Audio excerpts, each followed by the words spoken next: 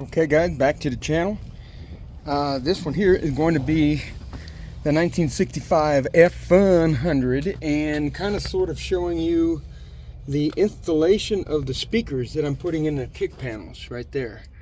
I decided to stop halfway through the second one over there. That way you can kind of see how I did it. Again, I'm not taking video with the camera and that's watching myself the entire time. I'm just trying to, you know, like I said, save myself from doing a whole bunch of video editing. But you can see here I got this speaker installed. Yes, it does look a little bit kind of sort of like shit with that foam thing the way it is, but I'm going to explain why.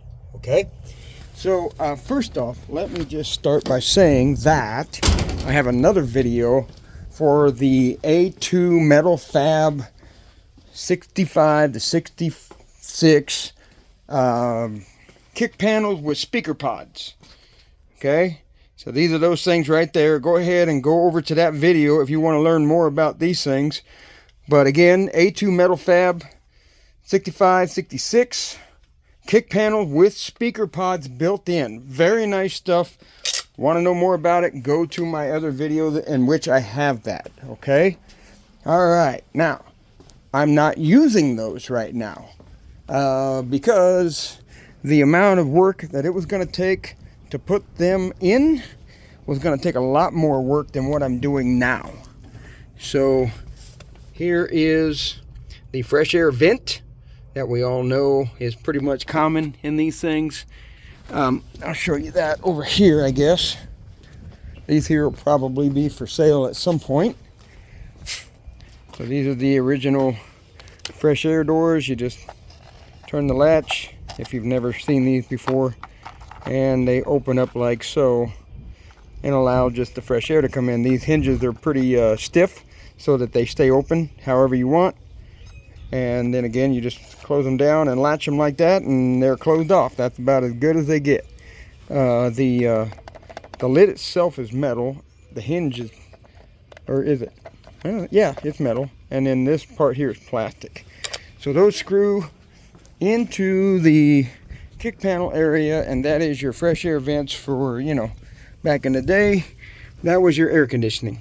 All right, so I took those A2 Metal Fab speaker pods and I put them, well, I didn't actually put it on the passenger side. I put it over on the driver's side, and it did not fit very well. Again, not the fault of A2 Metal Fab. You will hear me say that in the video. That is specific to that. It's not their fault, but I'm not taking this vehicle that far apart yet. As soon as I get this frame right here all done, I will be taking this whole thing apart and swapping it over to that frame, which will be all rebuilt and all ready to go. But since I just want to get this, I just want to get the radio in so that I can work on that while still driving and enjoying this. Okay, so that's the whole point of me not doing this quite the right way, but I don't care right now. Okay, you can probably see, well, you can see I got rust right here, and there's some rust inside there. I don't think you can see anything right this second, but over there, there's quite a bit of rust, and I know I need to get inside there and fix all that, which will happen when I take this off of this frame. But until that time, I just want to be able to drive it as it is right now and enjoy some music, because it's pretty dang clanky, metally, tinny, and just boring in this thing as far as music goes. Okay, so now you can see how I installed that over there. So instead of putting those metal fab things in, which, see, the other reason why I didn't is because the passenger side, I knew I was going to have to make a big cut to fit around this. And again, I just didn't want to deal with it. Not until after I take this whole thing off this frame and start dealing with all that rust. But I decided what I would do is I would just take these out, and I'm never going to use them again. And then I was just going to go ahead and try to put the speaker in here. So what I did was, you can see the speaker here. These happen to be Rockford Fosgate 6.5 is what they are. And I found this right here, this speaker wire. I found this diameter here was about the proper diameter to fit that ridge back here. I can't really quite point at it with the camera and holding the speaker with my hand and all that, but anyway, you get what I'm saying. So I basically took that wire, that roll of wire, put it over here. You can see I actually kind of drew a circle right there, but I found out on this side that I was too close to this and I wanted to get away from that. So I lowered it down and made my marks, and I use basically your, you know, typical angle grinder and a die grinder here. Just scratched them out. Then I took the speaker and I bolted, I took and I put it up here and I got it level, clocked where I like it. And I drilled a hole over here and I drilled a hole over here to be able to screw the speaker itself in place. Okay, so let's check this out.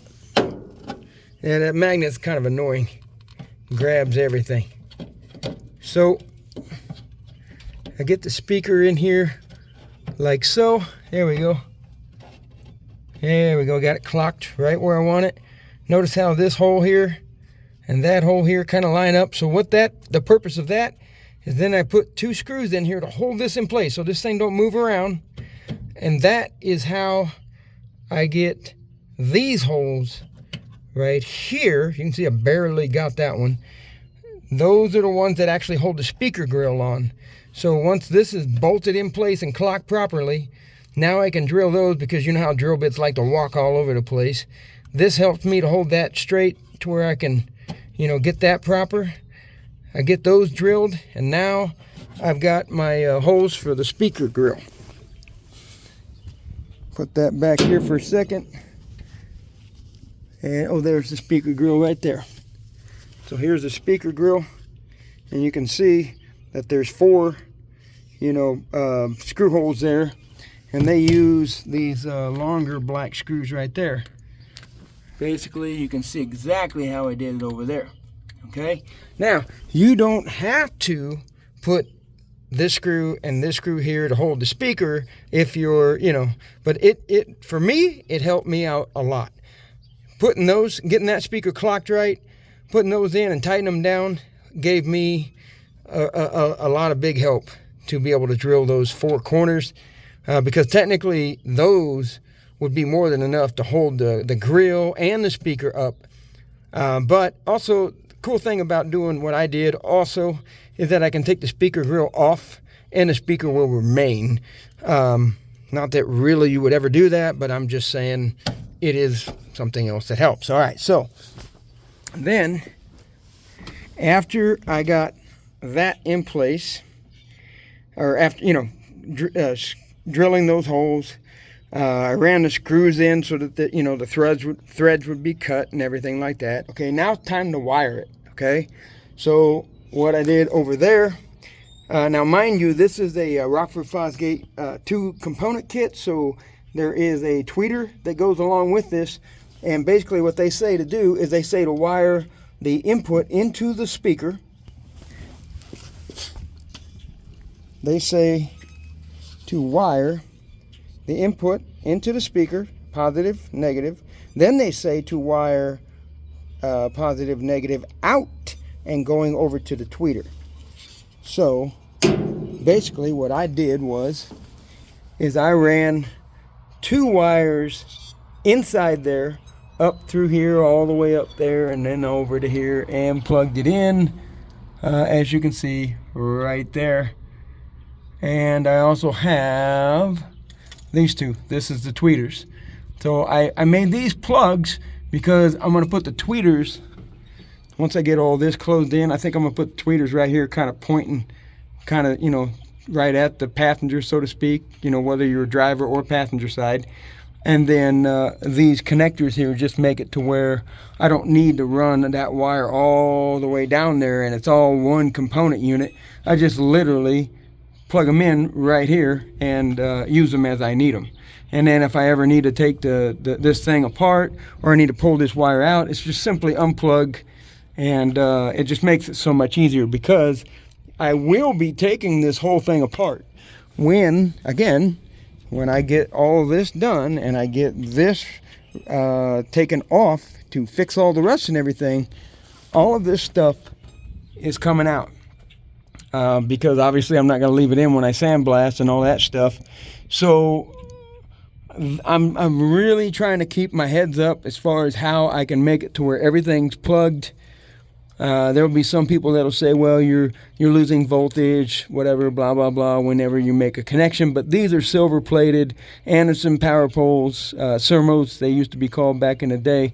I've actually done some checks, voltage drop checks. I'm not losing maybe 0.001 of a volt at every connection. So it's not even affecting me at all, okay? That's how low my fluke voltage meter will measure to, so it's perfect. All right, so anyway, I'm just making it more where it's handier and it's more thoughtful as far as taking things apart, taking things out, and replacing down the road if I need to, etc. Okay, so as I was saying, all right, so got all those holes now. So now what I'm going to do is I'm going to run the wires for this side up here. I am going to actually, I got this piece of junk wire here. It's a really thick insulation, but the wire itself is really small. I don't know, it was part of some cheap electrical kit, and I'm going to use this as a puller wire. I'm going to get this thing pushed through here, and I'm going to actually leave it in place like I did over here. You can see I got it over there as well, just sitting up there. And so what that'll allow me to do is whenever I want to pull a wire up and down either one of these sides, I can literally just grab tape onto it and pull it through, so I don't have to actually sit there and try to struggle. Because the more, as you get this thing full, more and more, it starts getting more difficult to run wires up there. So, and as of right now, I got quite a few wires coming up here. I got the wire coming up and over for the fuel gauge sender right now. The door, there'll be a dome light in here. All the power wires for the booster here, the radio, the the accessory wires for all this stuff, and then all the speaker wires coming down. Now I think what I'm going to do, you can see I got the antenna hanging right here, which by the way, this is a marine antenna. This is just a soft antenna, Jensen. I got it on clearance at a boat dealership that was just downsizing. Like, I got it for $3. This is normally like $7-10. Got it for $3 and it works awesome. I'll just, when I close all this in, I'll just leave it kind of sitting up here is all. Obviously gonna, coat this at some point, plus insulate it and all that other good stuff.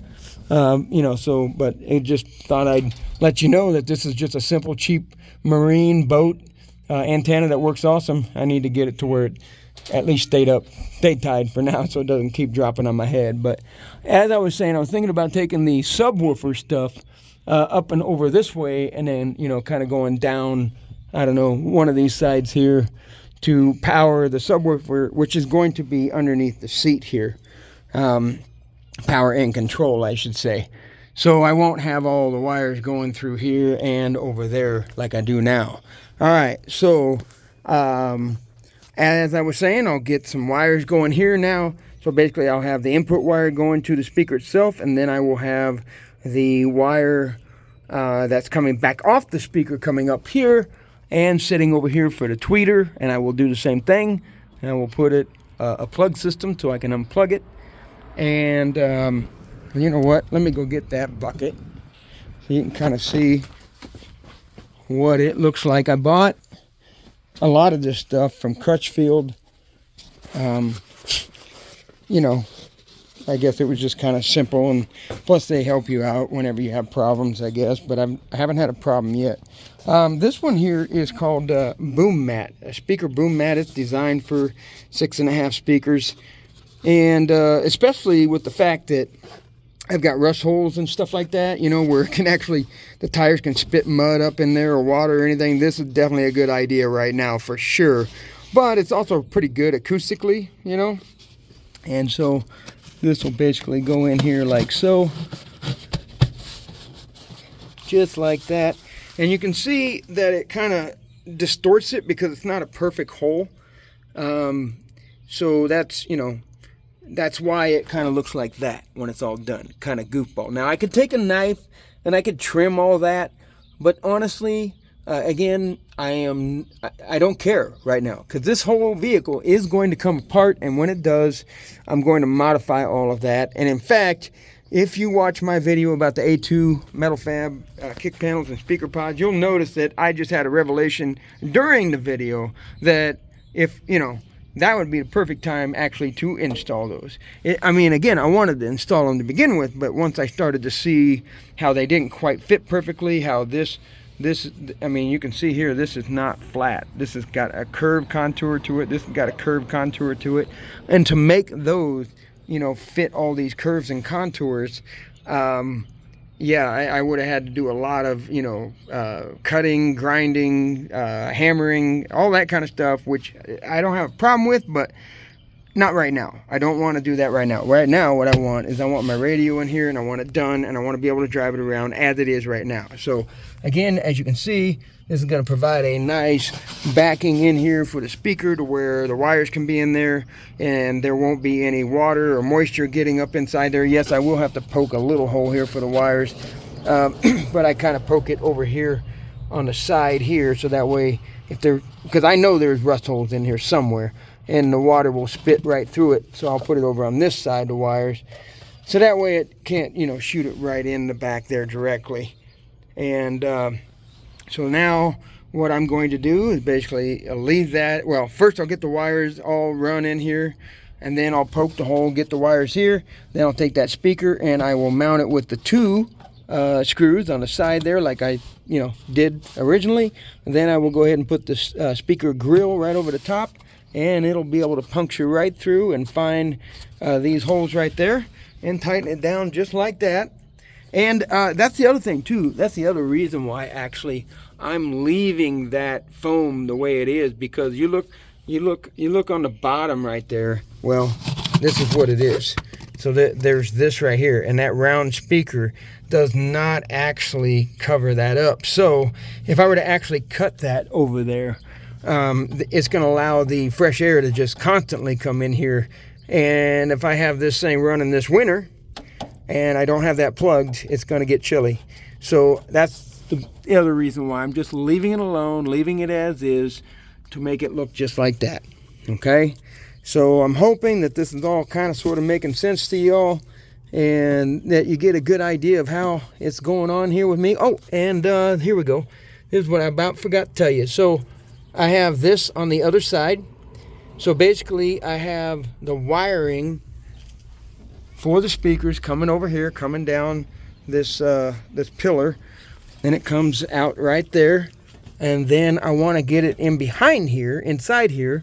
So what I did was I drilled a small hole, and I got these rubber grommets set. I think this is 7/16 in outside diameter. Pushed it through there, and I'll be able to get the wire through there, drop it down into here, poke it through that foam, plug it in, and we're good. And any excess wire I have, I will keep it in behind this pocket here, because it'll be fine there. So yeah, that's the other thing too, just so that you know. I mean, this is speaker wire, yes, but so is this. This is actually house speaker wire. I mean, it's what it's originally intended for. This is 14 gauge pure solid copper, because this roll is heavy. I mean, it's pretty heavy wire.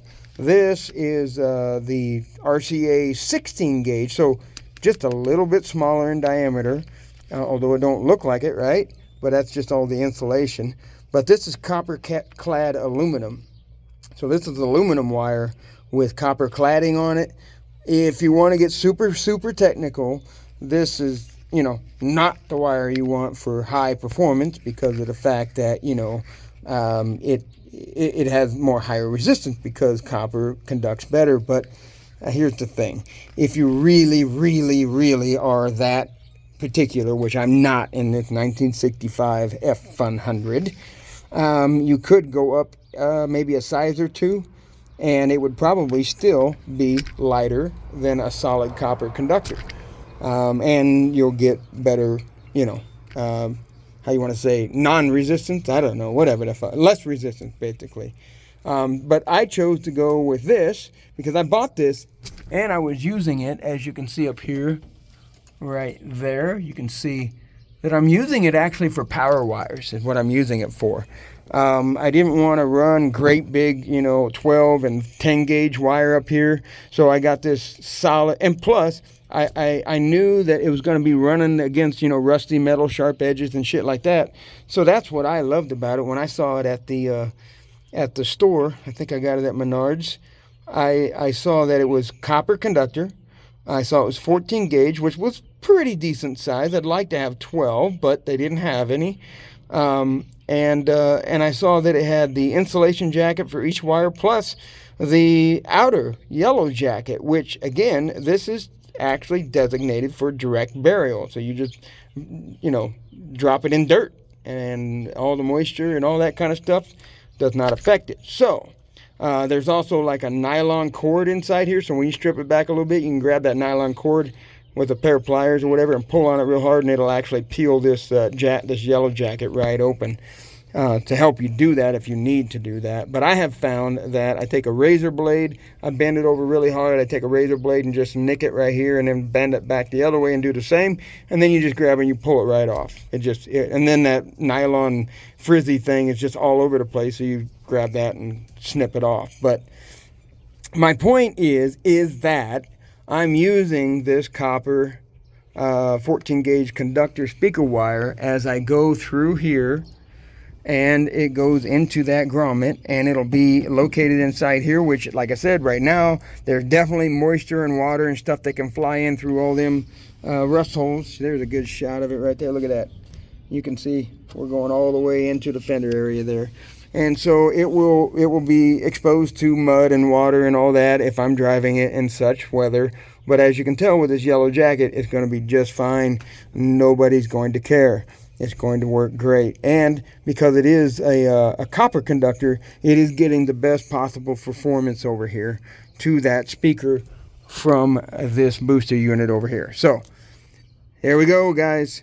If you've hung on this long, you should be liking this, okay? This is what keeps me in the loop as far as algorithm, actually, making these videos get out to other people so that they can learn, these kinds of things.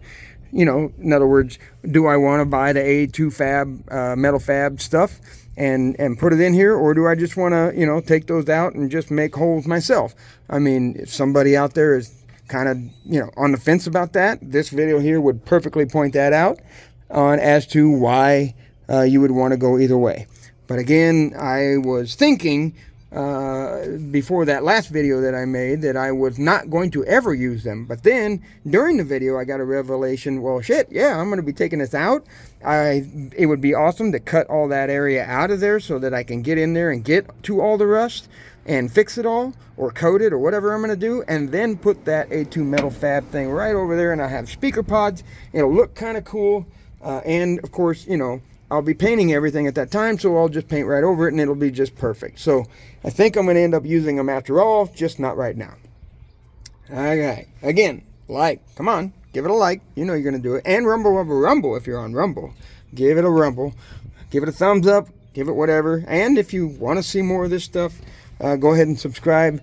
Just kind of lets me know that you're interested in seeing some of the stuff I do, which I don't know. I just call this like relaxation. I really honestly say that. I cuss and throw things like the best of everybody else. But, I mean, this stuff is what takes my mind away from a lot of the stress that I'm under, be it my job, and really just relaxes me for a while at least, so I can concentrate on something. I've accomplished something. I feel like I've done something, and it's just soothing to me, believe it or not.